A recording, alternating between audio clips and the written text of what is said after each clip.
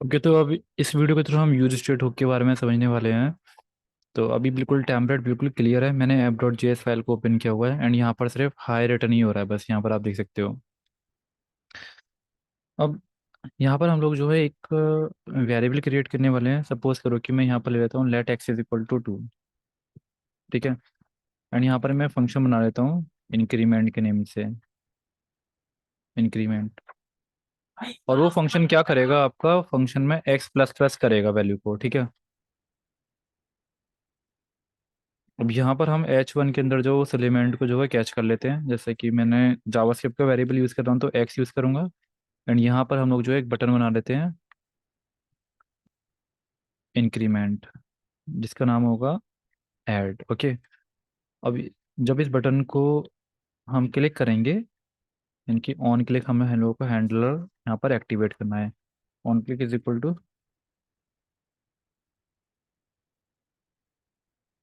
ये कॉल करेगा हमारे किस फंक्शन को, इंक्रीमेंट फंक्शन को।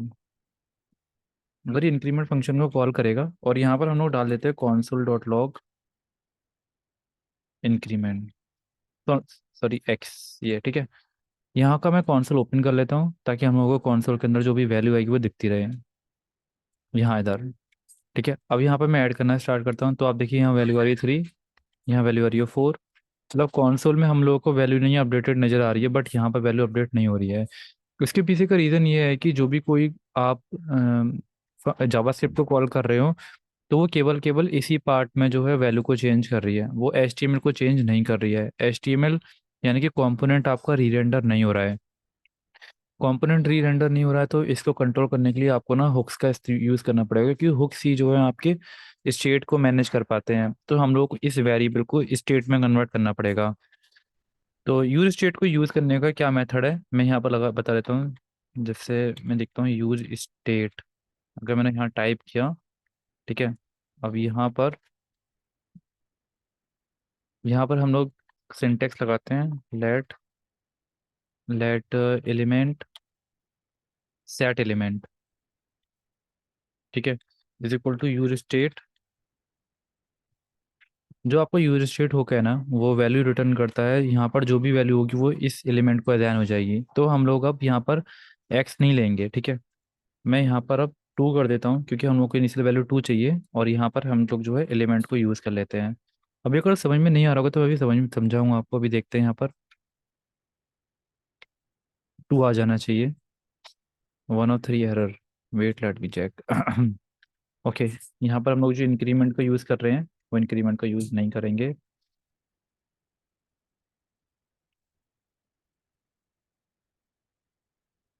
एलिमेंट,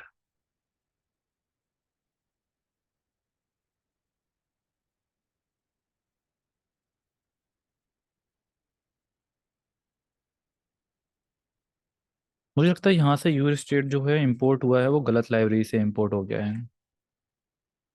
अब देखते हैं एक बार जरा फिर से। अब ठीक आ रहा है यहाँ पर। तो अब एलिमेंट की फर्स्ट वैल्यू 2 है, अगर हम यहाँ पर नहीं है 23 कर दें या फिर 1 कर देंगे तो वॉट एवर आप वैल्यू चूज करोगे वो वैल्यू यहाँ पर आएगी। तो यूज स्टेट ना आपको 2 चीज़ें रिटर्न करता है। First, the value and a function which is controlling that value. कैसे कंट्रोल करता है ये वाला फंक्शन इस वैल्यू को, उसको देख लेते हैं यहाँ पर। तो हमने यहाँ पर फंक्शन इंक्रीमेंट बनाया हुआ है। मैं फंक्शन इंक्रीमेंट के अंदर ही जो है यहाँ पर सेट एलिमेंट फंक्शन को कॉल करता हूँ। इस एलिमेंट के अंदर आप जो भी वैल्यू पास करोगे ना, मैं यहाँ पर पास करता हूँ एलिमेंट प्लस के 1। ठीक है। अभी मैं इस पेज को रिफ्रेश करता हूँ। अब हम लोग ऐड करते हैं तो देखिए वैल्यू इंक्रीमेंट हो रही है। अब मैं इसको ना आपको पेन से समझाता हूँ कि आखिरकार ये सब कुछ हो कैसे रहा था। ठीक है, तब उससे बेहतर तरीके से समझ में आएगा।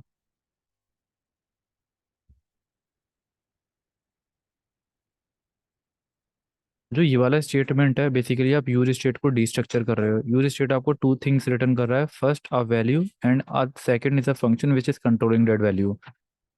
तो अगर हम बात करें, जब कंपोनेंट लोड हुआ, ये जब कंपोनेंट लोड हुआ था आपका ये, तो एलिमेंट की जो वैल्यू थी ना वो यहाँ से आई थी, क्योंकि ये वाला इन वैल्यू इनिशलाइज हो गई। तो एलिमेंट की ये वाली वैल्यू जो है आपकी यहाँ पर आ चुकी है इस जगह पे। तो फर्स्ट ऑफ ऑल ये वाला टास्क एग्जीक्यूट हुआ है, मैं इसको नंबर 1 दे देता हूँ। 1। अभी सेट एलिमेंट का कोई टास्क रोल यहाँ पर नहीं हुआ। अब जब आपने इंक्रीमेंट फंक्शन को कॉल किया, बेसिकली ये वाले इंक्रीमेंट फंक्शन को, यहाँ से हम लाइन बना लेते हैं इसको एस से।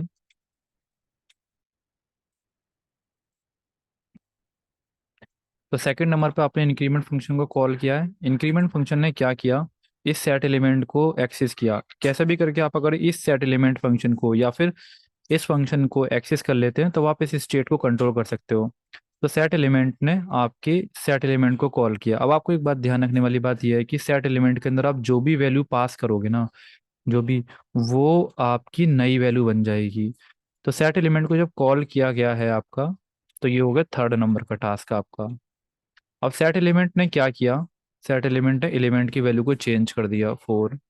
4 चेंज कर दिया। अब ये सेम वाला जो प्रोसेस जो 1 नंबर पर हो रहा था वो फिर से चेंज हो गया और आपकी नई वैल्यू जो थी वापस लौट कर यहाँ पर आ गई। एक बार ध्यान ध्यान से देखो, एलिमेंट की वैल्यू यहाँ पर आई थी।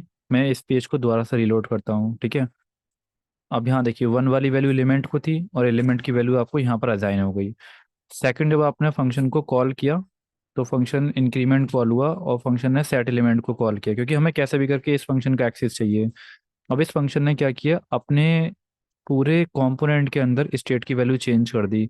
बेसिकली एक हुक जो है आपका मजबूर कर देता है कंपोनेंट को री रेंडर होने के लिए। मतलब जो वैल्यू अपडेट हो गई है ना उसके अकॉर्डिंग आपका एचटीएमएल का कंपोनेंट लोड हो जाए। तो बेसिकली ये कंपोनेंट 2 बार लोड हो रहा है, दूसरी बार लोड हो रहा है जब आपने यहाँ पर किया था कॉल इसको, ठीक है। एलिमेंट ये तो जब जब आप कॉल कर रहे हो कंपोनेंट री रेंडर हो रहा है, दोबारा से लोड हो रहा है इसी वजह से। अब आप एक काम करिए यहाँ पर, अब ये, अब आप डिक्रीमेंट फंक्शन को बनाइएगा जरा यहाँ पर वीडियो को पॉज करके। आप देखिए वीडियो को पॉज करके आप डिक्रीमेंट फंक्शन को बना पा रहे हो। मैं यहाँ पर फंक्शन बनाता हूँ यहाँ पर डिक्रीमेंट, ठीक है। और इसको पैरामीटर दे देते हैं 0। और यहाँ पर मैं पास करता हूँ सेट एलिमेंट के अंदर एलिमेंट -के 1, -के 1, ठीक है। अब एलिमेंट -के 1 जब आपने पास किया, और यहाँ पर हमें एक बटन भी बनाना पड़ेगा, ठीक है। मैं कंट्रोल C कर देता हूँ यहाँ पर, कंट्रोल V। इसे हम लोग कर देते हैं सब्ट्रैक्ट।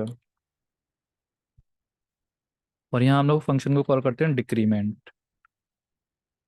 तो डिक्रीमेंट फंक्शन क्या करेगा, डिक्रीमेंट फंक्शन अगेन इस फंक्शन को कॉल करेगा और उसके अंदर एक कम वैल्यू पास कर देगा जो भी वैल्यू होगी, ठीक है। अब हम रिफ्रेश करते हैं इसको, पहले मैं वैल्यू को ऐड कर देता हूँ।